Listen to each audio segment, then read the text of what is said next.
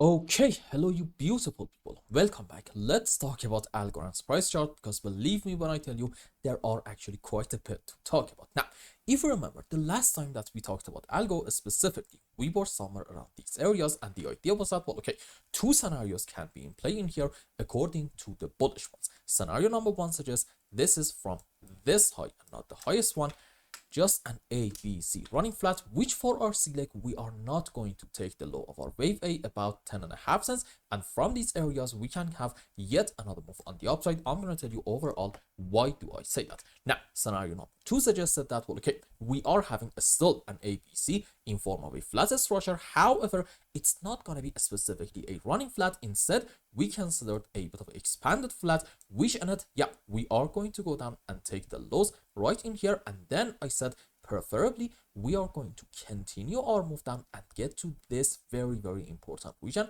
between 9.2 to about 9.3.5 cents. And why is this? Because when we got this phase on the upside in Algo, as you can see, it happened a little bit too fast, and as a result of that, we created a very important gap all the way down here. And in my view, gaps 95+% of the time are going to get filled. Now, can this be one of those times that this gap, at least for now, is not going to get filled? You know what? Absolutely correct, especially considering the recent move on the upside. But back then, the argument was that, well, okay, according to our primary scenario, since we believe in this whole phase we are having a correction structure down, well, okay, how about this? Let's have like another move down and get to here. And then again, we are still, even in that case, counted on yet another great move on the upside. So what happened? As you can see, we got like one more move down, and then that was it. From here, we are getting a beautiful move up, and I'm going to tell you why in a bit. This is a rather beautiful move, and I think it is going to most likely continue in the short term. Now, before we get into that, you see, now I'm going to change some scenarios a little bit, and I'm going to say this is one, this is two, but this time not to about here, but most likely to about this point is actually the end of our wave 3, and then correction for 4. Probably the end of it, it's going to be right in here, maybe like an A, B, C, D, E, a triangular structure, and then another move down into wave 5. And overall, yep, I still believe indeed this thing right in here, this whole structure is absolutely an A, B, C running flat. Now, what is going on in this area right in here? First things first, let's go around this. You see, if you want to be optimistic on any chart and you want to go according to Elliott's waves, well, okay, Elliott suggests off of the lowest low, you need to be able to find a 1, 2, 3, 4, 5 wave up if you want to say the final low hopefully is it. Now, this specific count is called an impulsive movement. Rules for it are, we should not have overlapping of the waves between our wave 2 and 4, and in any kind of 5 wave, this wave 3 should not be the smallest wave, and for our sub waves, we're gonna have 5 wave up into wave 1, 3, and 5. And for our corrective movements, we can consider different scenarios. Let's say ABC for wave 4 and maybe like a WXY structure for our wave 2. Now, let's go on the live chart. And by the way, I forgot to tell you this, you see, after having a 5 wave right around the highs is not really a buy opportunity. Why? Because one way or the other, bullish or bearish, after completing an impulse up, we are going to get a move down, and it's the shape of that move that is going to determine whether in here we are having a bullish setup or not. If we get a rather slow and time consuming move on the downside, fair enough, this is 5 up, this is correction down, meaning what? The next move is hopefully going to be a great one up. Now, let's go on the live chart. Okay, so question, what do you have off of the lows in ALGO? In my view, there is a very good argument to be made for this whole phase up to about this point to be a 1, 2, 3, 4, 5 wave, as you can see with all the subwaves. Followed by that, for the reasons that we talked about,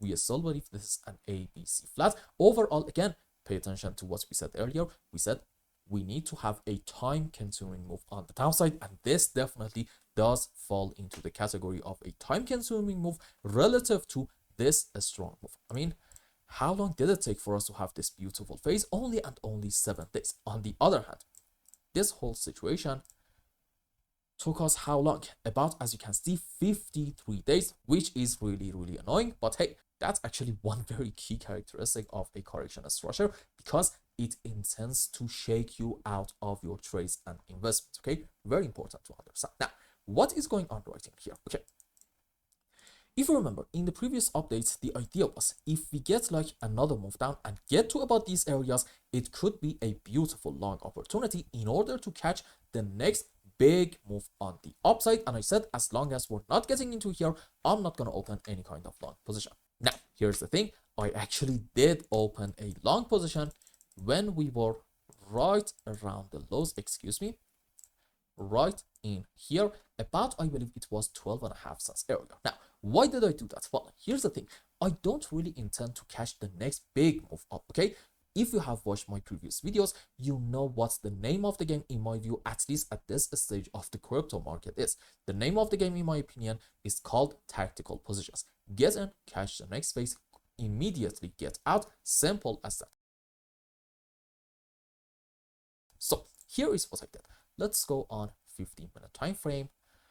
Okay, so you see, the idea from my POV was that most likely this thing is an A, B, C in form of a zigzag structure. And the moments that we got this beautiful move, I was like, yeah, you know what? It's time to open a long position with my stop. I'm going to tell you in a bit why. Under this low in here, about 11.1 cents. So essentially, I'm having about a 1.4 cents for my stop. On the other hand, question, what's going to be my target?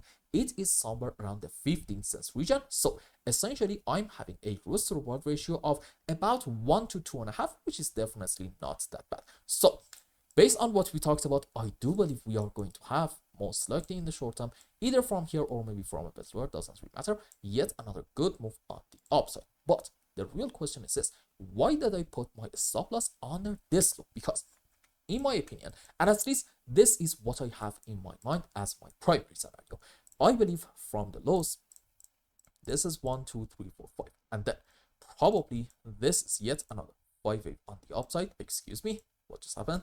This is another 5 wave up. This is ABC down. This time, I think in here we are having an ABC in form of a flat structure. So how about just considering from the lows a 1, 2, 3, 4, and wait a minute, where's our wave 5? Answer, right now we don't really have it yet, and I am counting on something like this to play out. And the target for it, well, you see, in terms of classic TA, we do have a bit of short-term resistance. I think it was from daily time frame, but again, it's just a bit of a short-term resistance area, about 15 cents region. So yeah, I do think if we're going to get another move up, odds are that is going to be our initial target. Can we go higher than that? Yeah, we absolutely can, and I'm going to tell you why.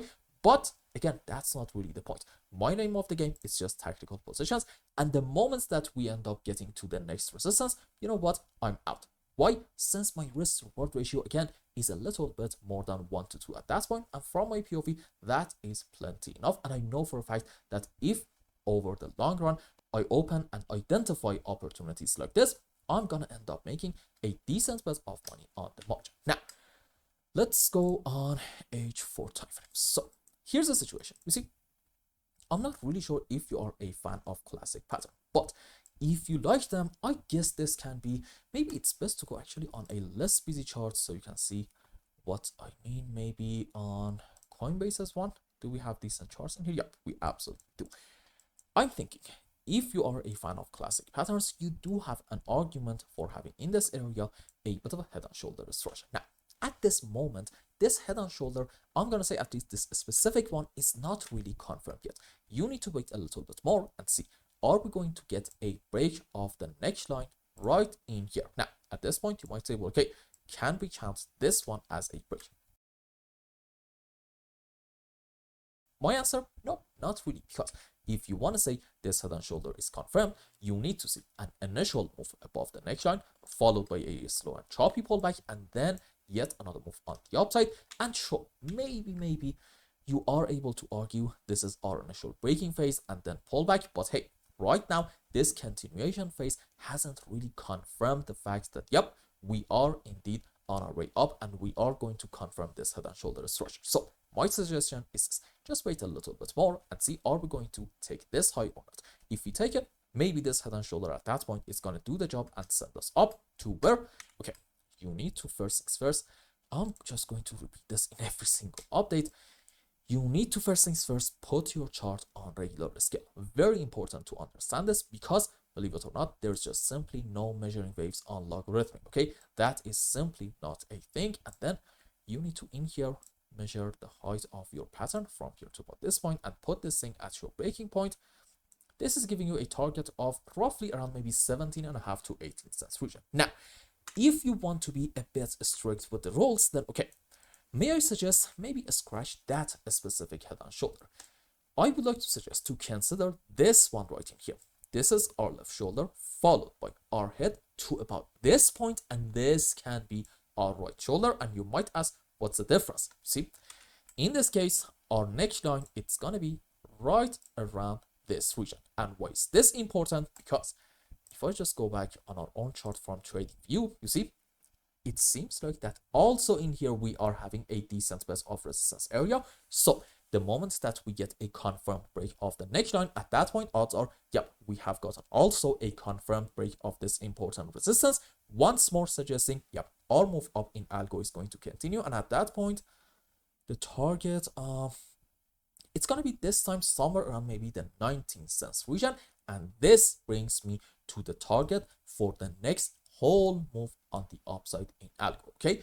You see, in terms of classic technical analysis, meaning support and resistances, in my view, the most important region, the most important resistance that right now we are having around the current price, it's this one right in here, which I believe it is from weekly and daily time frame. At the same time, between 12.3 to about 12.8 cents area. Now, here's a very important point. Above us, I really do not believe that we are having a whole lot of strong resistance. And sure, that 15 cents area is a decent one, but it's not really that significant. The most important region, I think, it's actually all the way up here. And this is, believe me when I tell you, is like a very, very strong resistance from monthly, weekly, daily time frame, all at the same time between 19 to about 20, let's say 21, 21.5 cents area. So in Algorand, if we manage to get a confirmed break of this area and also at the same time confirm that beautiful head and shoulder that I just showed you earlier, okay, fair enough. At that point, let's have maybe like another 70% move on the upside, which is really, really nice. From my POV, sure, there's definitely the possibility of that scenario going on. However, again, for my long position, specifically for me, I'm just going to get out of it when we get this specific phase up and get to about the 15 cents region. And when we get these moves, believe me when I tell you, we are going to make new updates and see what is going on, because at that point, maybe the structures are going to be really, really exciting. And by that, you probably know what I'm about to say, right? I mean, maybe at that point, we're going to have a 1, 2 big move up into wave 3, possibly to about here. And then what? Hopefully, if we get a slow and choppy move down into wave 4, it's going to be awesome, suggesting, yep, we're going to have another move up into wave 5, which is great. But the more important message is that, yep, in Algorand, this is indeed our final low, about 8 cents area. Right now, as you can see, we do have quite a long way away to get there. But again, let's just take everything step by step at the moment and only focus on the next phase up. And when we get that, well, we're going to make new updates and see what might be the next likely move. And I hope I explained everything well and you understood what is going on in Algo. And until the next update, I hope you have a wonderful time. Goodbye.